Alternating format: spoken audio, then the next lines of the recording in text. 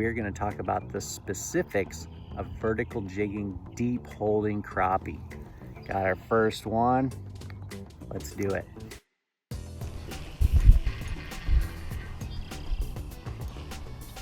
There's our second one of the morning, folks.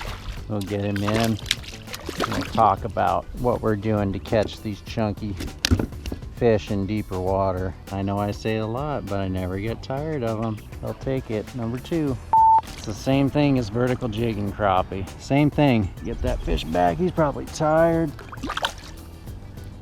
I have my down and side imaging, my ice flasher for fine tuning those fish, and I have my 2D, which gives me some soft returns. In my head, that would be brush or crappie, any kind of fish just off the bottom. But the main difference between vertical jigging shallower cover and vertical jigging deeper cover for me is I use a heavier jig head and smaller plastics, because all that allows that jig to do is just drop faster. You need those heavy weights. I got my buoys out there. I know exactly where they are if they are indeed going to set up. So I'm looking, it looks like those soft returns are more over here. There's another one just right there. As I come across those soft returns, immediately I set the hook on another wiper and just be patient. There's another giant, gorgeous fish. Get that fish back.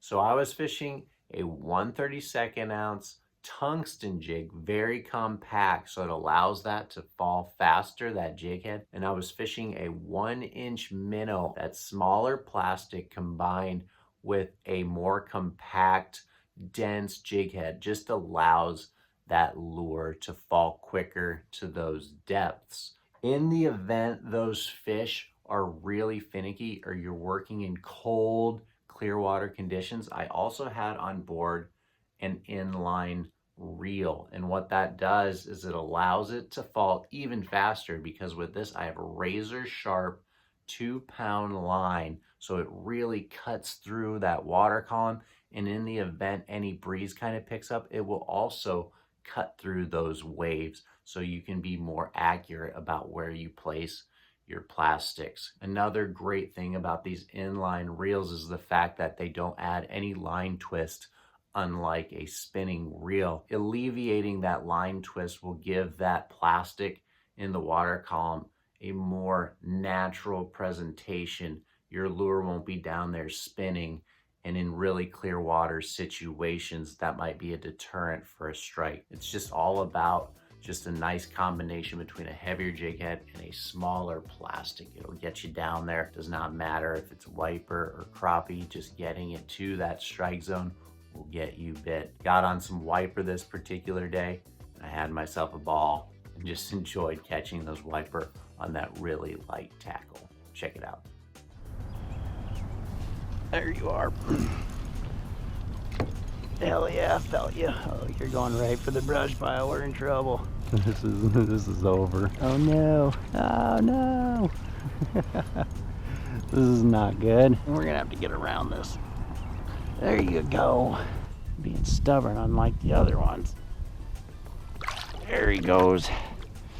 All right. 1-inch ice plastic and a 1/32 ounce jig head. There we go. WIPER number 4. Giant fish.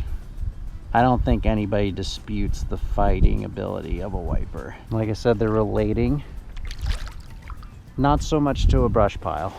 They're in relation to that brush pile, but they're relating more to that break on that point near those brush piles. I'm looking at my buoys all the time to see where I am in relationship to them, so I can just go right back to where that last fish bit, and then that ice flasher and 2D sonar gets me right to the strike zone. In summary, your ratio of your weight to plastic size just changes a little bit to get down to those deeper depths. So I'm fishing a larger jig head and a smaller plastic, and you just got to kind of find the best balance of what that looks like based on the species of fish you're catching. In addition to that, light line is very important for those deeper holding crappie to get it down there. Razor sharp 2-pound line that can really get down there in a hurry, especially on an inline reel.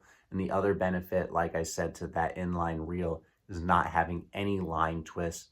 Gives you a very natural presentation, no spinning lures. It's just a great way to catch those fish that are in no mood to bite.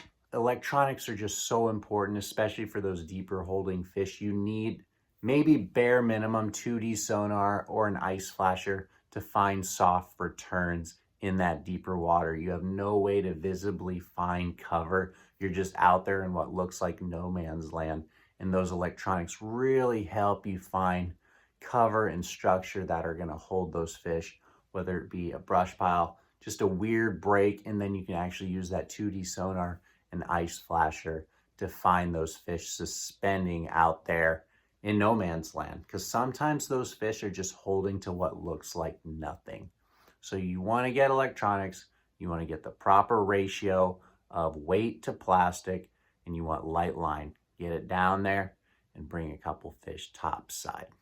Quick plug, anybody concerned about barotrauma, those fish were over 20 or 30 feet of water. Those brush piles came up to no deeper than 16 foot. So the deepest fish came from 16 feet of water. Any concerns there? I think I was in the realm of safety to where those fish would be able to get back down to depth without suffering from barotrauma.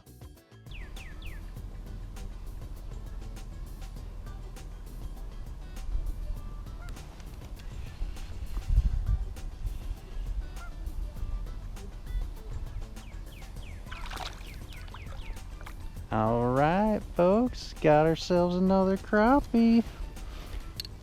And I found a submerged structure down there. I don't know what it is. I know it exists here. And usually it's not holding fish, but there's a crappie, folks. Crappie number 3 this morning in one of the smaller year classes. But I always say it's good to see size diversity, which we do in here. So I'm just using my 2D again to find that soft return and my ice flasher to dissect that return and break it apart in detail. And this is 16 feet down. So again, having that really small profile plastic and that 1/16 ounce compact tungsten jig gets it down there quicker. And the lighter the line, the faster it will drop. I got 4-pound. Ideal would be 2-pound. But had I 2-pound line today, those wipers would have definitely not found themselves on my kayak.